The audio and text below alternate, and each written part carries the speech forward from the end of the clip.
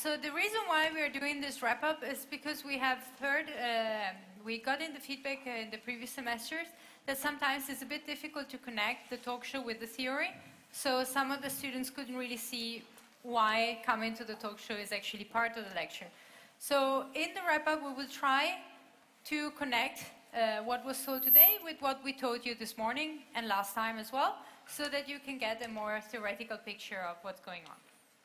So we decided to do this with the Prezi, so which is just a visual support, and then, as I said before, you can use it to go back to what we talked about and try to connect the different elements. Last time we talked about the role of technology and the role of organizations behind technology, and we talked a little bit about value creation and why it is important to organize behind technology. Today, we focused on the technique of case analysis, and we started talking about the business model canvas.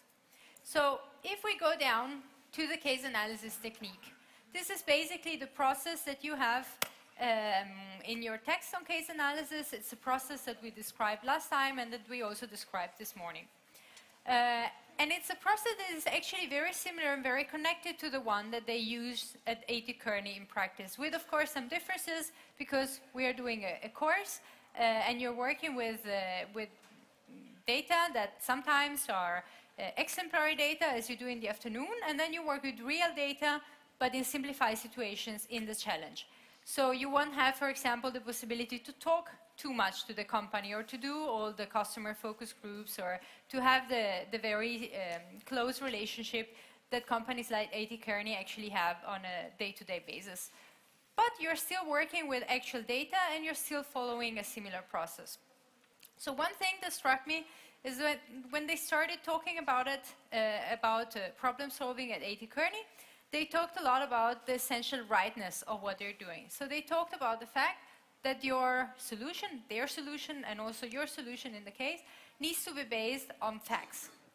So it's not about what their opinion is. We also had a discussion afterwards with one of the questions from you guys. It's not about the opinion that you might have about the problem, but it's actually about the fact that you're using to backing up your opinion. And this is one of the most important things that you also need to consider for your report. When you say, this organization has a problem in terms of value proposition, and therefore they need to change the value proposition and their business model to solve this problem, we need to understand why is it that you are claiming that that is a problem, and why is it that they should change. So you do that by using the theories and the models and the data that you can find on the company to back up what you're saying, to back up your arguments. And another thing that they talked about right from the start is the role of coherence in the problem solving. They start by identifying a problem and understanding, is this the right problem, and is it a problem that we can actually solve? And once they have done that, they decide, this is how we are going to work with, or this is the path that we're going to follow for this problem solving. And in the same way, you need to keep the coherence in your report, and you need to keep the coherence in your problem solving. So when you're solving a particular problem, then the causal analysis, the prospective analysis, the implementation need to be based on what you decided upon. And it's the same way that they work with at A.T. Kearney. Then they actually talked about defining the objectives, defining the scope of the problem-solving activity. And that's exactly what you will do when you're defining your key problem. Understanding, okay, what are the different issues that we have in this company, and which problem are we going to focus on in this particular case? They showed, what do they call it? Tree, the context tree? No, the issue tree. The issue tree, where they actually look at all the different issues that the company have. They break down the issues into questions that can actually be answered based on fact. And then they decide which one is the issue that we're going to work with in this particular time. And of course, you have been presented to the different tools that they use to go through this problem solving. So you can actually use this. You can actually use the issue tree from A.T. Kearney, even though it's not one of the specific models that we have in the course, but you can use it in your report. And we actually encourage you to do what in in TEMO we call the problem tree, where you basically do the same thing. You try to break down all the different problems, and you try to select the one that you're going to work with by breaking it down into smaller pieces. What you need to add, which they don't do at AT Kearney, but because you are a part of TEMO and because this is a course and you're learning, then you need to connect the problems with the theory. So when you do your problem tree, you have all the, you are breaking down the problem, and then at the end, you can connect that with the theory and the models that you can use to explain why that is a problem. What are the causes to this? And the next step will be, okay, what can we propose as a solution? And then again, you connect the theory and the models to that. So basically, you're building up a big, large tree to figure out what is the problem we're looking at and what are the solutions. At the same time, you will come up with a lot of different solutions, or with some different solutions, because you're working in a group, so you will probably have different opinions on how you can solve the problem. And one way that you can work with this is that you can put down all the different solutions, again in a tree, and say, okay, we could do this, or we could go, for example, with a new value proposition, or we could change the business model, or we could change the customer targets, for example. And then you address, okay, how feasible is this? What does it imply for our company? And then you keep on working with the tree until you come to the solution that you think is the best one. And we actually encourage you to put all these trees, all of this reasoning in your report, so we can see, okay, you actually had 20 different ideas on how to solve this problem, and you actually made a certain reasoning to reach to the conclusion that you recommend in your solution. Sometimes we can see in reports that there is a solution which is not a bad one, but it's not argued for. So we don't know, how did you get there? What made you decide that you needed to change the value proposition in this particular case? By putting in the tree, we can see what were the reasoning, and by including the theory and the models that you use in the tree to reach that conclusion, we can actually see that you have been learning and that you have understood the models and that you know how to use them and to combine them. And it might seem like this is a theoretical exercise, but actually, once you will be out there and you will be working with problem solving, whether it is in a consulting or it is in a small company where you will be in the R&D and then you will managing a project, it's not that you will be asked, okay, now apply the business model canvas or apply the efficiency effectiveness model, but you will have them in the back of your mind, and they will help you take decisions on the data that you are working with, or on the problems that you're working with. And that's what Nikolai was talking about when he was saying that they're making informed decisions based on the fact and based on their experience. They know all these models, they have learned them at some point in their lives, and although they're not applying them the way we would apply them in research, they're still working with those models. Do you have any comments to this? No, okay. I totally agree. It is, they develop hypotheses, and when they say it's not scientific, it's because they don't go through all the logic and steps and do the strict hypothesis developing as we would do. So that when we read your reports, we would look at the reason why you develop a hypothesis or solution. We're not per se interested in solution, but the argument that leads you to the solution. That's where we count the points. Yes, and the good thing, and then something that they also mentioned is the robustness check, although they didn't call it like that. They said test your solutions. At the end of your report, it's very good if you see, okay, how feasible is this? How does it match with the assumption we made? And what if something happens? How can we still implement this solution?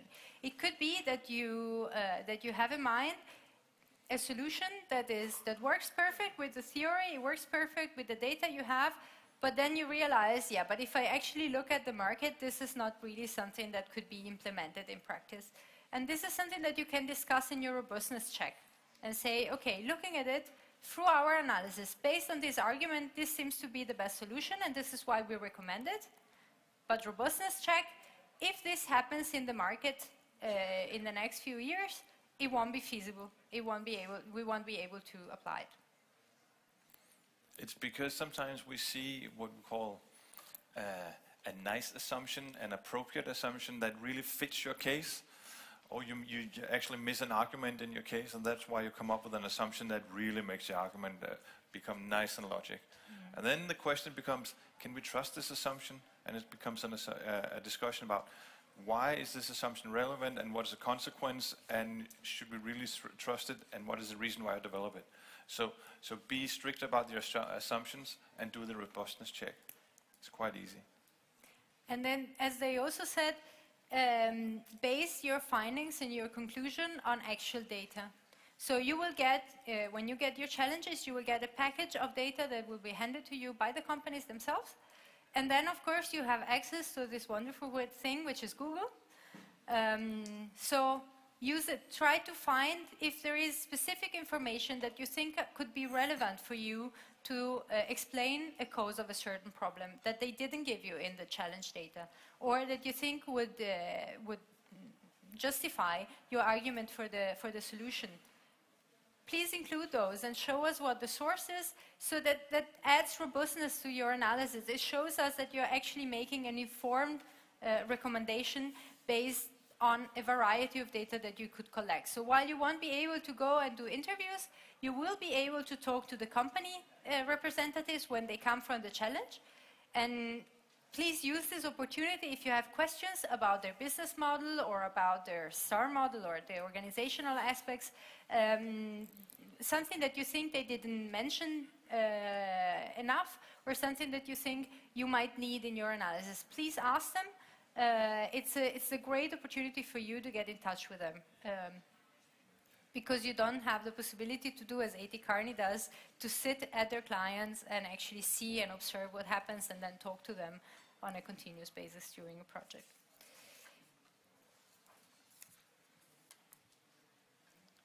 Another thing that they talk about was the Stoke approach. It's one of the tools that they use to tell the story. And that, again, even if it's not part of the TEMO toolbox or of the models that we use, you're very welcome to use it to actually build up your story in your report. So to actually have a coherent way of explaining why you choose certain model and how your problem relates to the solution. And another thing, they mentioned the pyramid approach book, and we just sent a message out with a link, so you can find it in the library, you can read about it.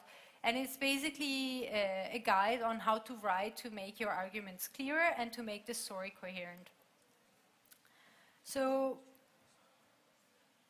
I think for what concerns the case analysis, these were my impressions or my connections with what we talked about before. Do you have yeah, there was just one comment. I think one of you commented that, well, they're just stupid peasants and they don't accept the technology and they should just learn. To some extent, you're right. But again, it's a really real issue. A couple of years ago, I was developing search engines for Danish National Police Force. And they have these guys sitting searching, looking up all sorts of things. So we developed a semantic search engine and thought this is brilliant. So when they search for gun, they get revolver and pistol and all sorts of that. It was really set up nicely with variables and nice chains so that you could find different things that you wouldn't originally find. And unfortunately, we set it up and we tested it. And the day before we were supposed to do the test, it went live in the organization. Someone began to play around with it. And what they did was that they didn't know what to look for, so they started to replicate the usual searches in the semantic search engine. And they didn't get the same results. And immediately the police guys, they said, well, this is a crappy system. I get all these other results and it's not useful. And it just went like a firestorm through the company or through the police that we developed a search engine. It was complete shit and they would never use it again. And we didn't have the chance to explain how it worked.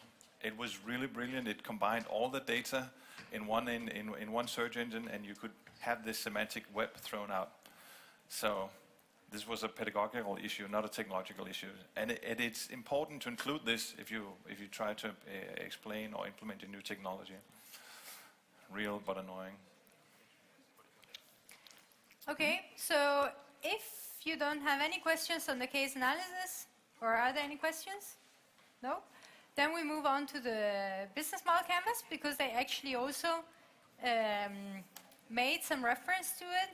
And while they were talking about the way they work, I was actually able to map a little bit of their business model into the business model canvas. So also to give you an idea of how you can use different information in this model here. One thing that they said was that their value proposition, their product, is strategic structured problem solving. So what they are selling is the ability to go into a company, learning the context of the company, identifying critical problems, and proposing different solutions. And this is what that's their value proposition. That's what makes them special. Along with that, they mentioned something about the customers. They said that they only work with they usually work with big customers, big companies, that approach them when they have big decisions to do or when they have strategic issue that they would like to be solved. When they talk about the customer, or when they talk about the way they relate to the customer, they also talked a lot about their customer relationship. Because Nikolai said that he is actually very involved in the communication with the client customers, or with the client companies. He said that they have communication mainly at the beginning of the problem solving and at the end, where they have a direct link with the top management of the client. And then they have the operational communication or the operational relationship with the consultants on the day-to-day basis when they work together with the company teams to actually work on the problem solving.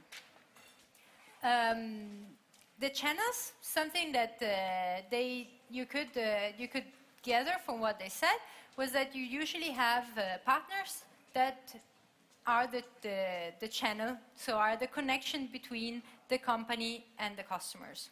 So what the partner does at the partner level of consulting company is they are always out there looking for customers and trying to build relationship with potential clients. If we go back to the offstage part of the business model, they talked a lot about problem solving. So their key activity is the consulting that they do based on the structured problem solving. That's what they do. That's what backs up their value proposition. And the resources are the people that are actually making that problem solving. So it's the consultants that are working on the problems. And one thing that he said is that what they are really proud of and what they really advertise is the fact that they have a very heterogeneous set of resources, meaning they have different consultants with different backgrounds, different expertise, and every time they start a new project, they try to build a team where they have as many different specialized consultants as possible so that they can get a broader perspective on the problem that they are solving. And he also mentioned partners, although it was a bit difficult to catch. But I think it was one of the last questions when he was asked about whether they only rely on their own consultants or if they also buy consulting from other companies. And he mentioned that they sometimes use other companies to collect data for them. And that is one of the key partners, or these represent their key partners, because they need to be people that provide them with reliable, strong data that they can work with. And if suddenly one of these data collectors is not really searching the data the way they're supposed to, well, they end up having data that are not valuable, and they end up building their problem solving and their solution on something that is not existing. And then it becomes non-scientific, and then it becomes based on something that is not true, and then the solution is not good enough. So they need to be very careful in selecting these companies that collect the data for them. Finally, if we look at the bottom part of the business model canvas, we have the costs and the revenues, and he talked many times about how high price their consulting work is. So the revenues comes from the hourly cost of their consultants. So basically, when they build a project team, they say, okay, we're going to send this amount of consultants, and then they bill every hour that they spend at the company, and that's how they make money. On the other hand, the cost they have is maintaining these consultants. And I don't know if you mentioned it, but when you work as a consultant, you work a lot of hours, but you also earn a lot of money. So keeping up these young, innovative, creative, reliable consultants that can do the problem solving for them is actually a very high cost. And it's the cost of human resources that you have behind your key activities and resources.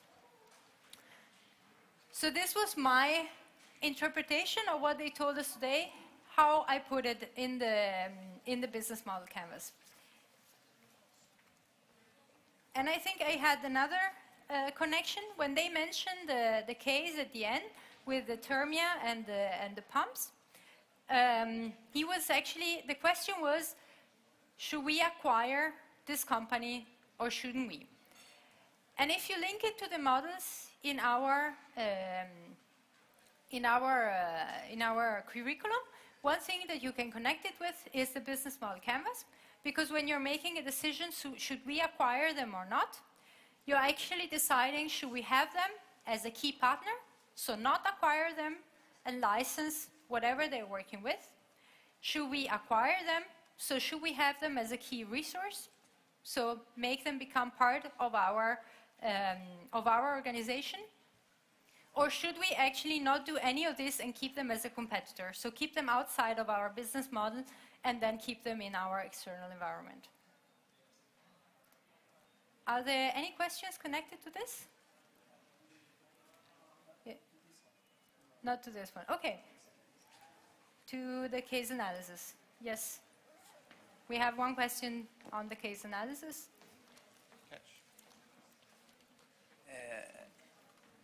When we do case analysis, we have some parameter called costs, as you see there.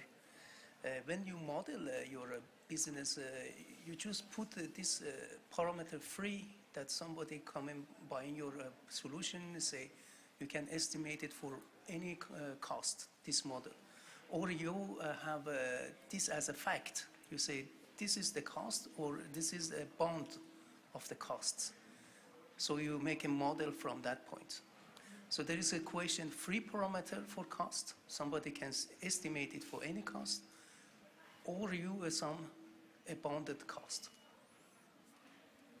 Yeah, so if estimation or non-estimated costs. I think the question is different, because here we're not actually working with numbers. So in the business model canvas, you're not actually estimating the numbers itself, at least not in TEMO.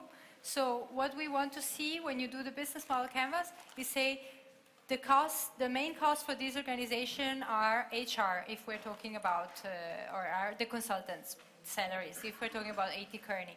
If you're talking about Danfoss, which he mentioned this morning, which works with pumps, then one of your main costs will be manufacturing, and then of course you will have the human resources on top of that. So we don't actually need you to calculate what are the estimates, but more indicate what are the major cost sources that you have. And then of course, I think we had it last semester in one of the cases that it was requested to estimate a budget. So you are very welcome to do so, and you should base that as much as possible on actual data. So either on numbers that the company provides you or on something that you can find online. But it's not actually requested that you calculate the numbers. It's more, we want to see if you can identify what are the major sources of cost. I had one report last semester that was about a company that is the world-leading manufacturer of pumps, and manufacturing was not in their key activities. And that is a bit of a problem, because if the world leader manufacturer of pump doesn't have production and manufacturing as his key activity, then what are they doing? So what we want you to be able to do is to identify all the different elements of the business model, but we are not so much concerned with numbers at this point. When you translate a business model into a business plan, then the actual and the real cost becomes an issue. But the way we work with cost is you have to think of this as a process instrument if you work within a company. So revenue and cost will be ballpark figures. You have to say, well, we are working on this. It takes such and such amount of manpower, and we have customers, and they deliver such amount of revenue. Is there a balance? Do we think there's a balance? And it's not a precise balance. It's a ballpark estimate. It's a way to estimate. Do we actually have costs that will, in any way, match the revenues we can get based on the value proposition that we have? And as you progress into detailing the value proposition, the cost and the preciseness and the exactness becomes an issue. But in the beginning, you start by ballpark figures. What do we think? and then you progress into the detail. So mostly this is identifications of the keywords that Yes. relate to costs. Yes. It's, What are the cost drivers? What are the things that are the cost drivers? If you have a lot of costs associated with your partners, then it might be interesting to secure a really strategic partnership or negotiate a better deal. Or if you rely on resources that are exceedingly expensive and you can see that the market is going down, then you're not going to get the revenue to cover the cost from the key activities or the resources you have in the company. Then that means you have to change your value proposition, charge more, get less customers, or change the key activities and change the resources you have. So it gives you a way to play around with if the cost structure goes up here, what can we do here? Should we just change something here? So actually what we would like to do now is we would like to show you a product that's called the Swirl. How many of you have you heard of this product? No one?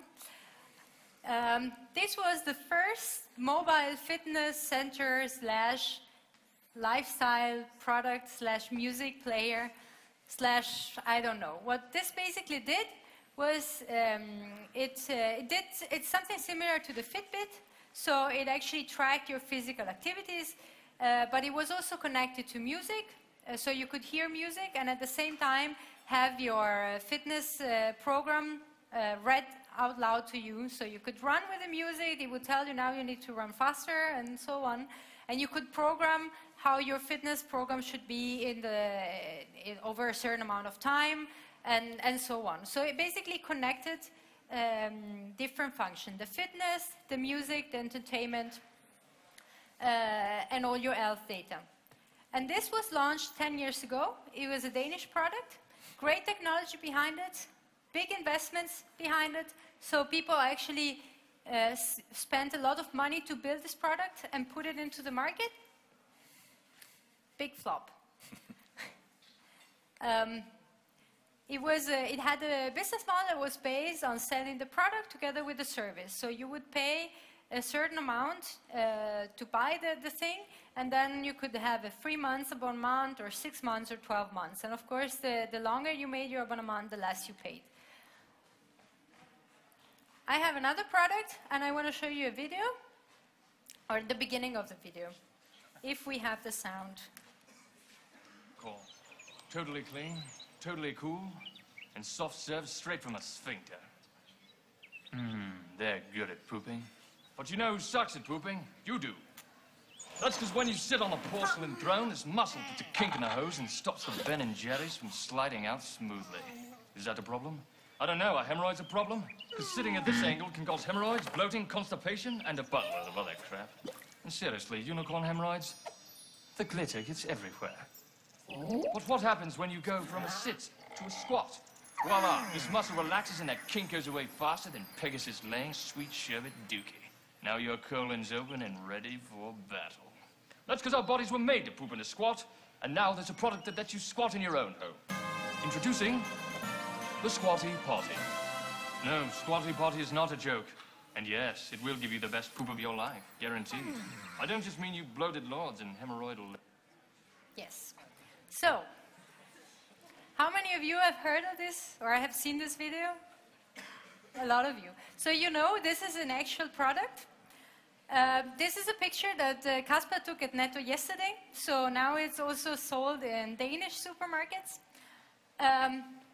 Very, very, very, very basic technology. You could print this with your 3D print. You could just take whatever tool you have at home. There is nothing special about this product. What they did was they presented this at Shark Tank, which is it's a program in the United States where people with ideas go and pitch their idea in front of venture capitalists or investors.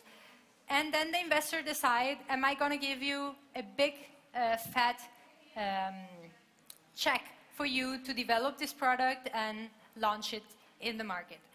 And they actually got money to do this. And then they marketed, or they built a business model around the Squatty Potty. They marketed, and it is actually a big success. We talked earlier about the Amazon and the long tail. Well, this product is sold on Amazon among different other channels, and they're still producing it. And right now, they also have a luxury version in tech, so it's made of wood like the one you have on the boats, and it looks very fancy and nice for people who don't want their toilets to look bad. I don't know. Apparently, this was not a cool enough design. So what makes... Oh, sorry. That was wrong.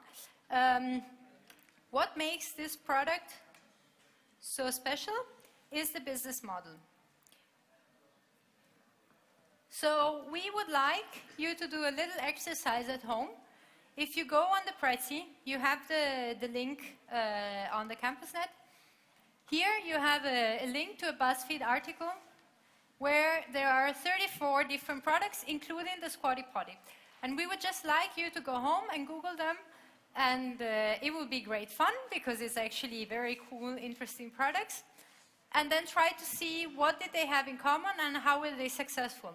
Some of them actually do have a certain degree of technology or research and development behind them.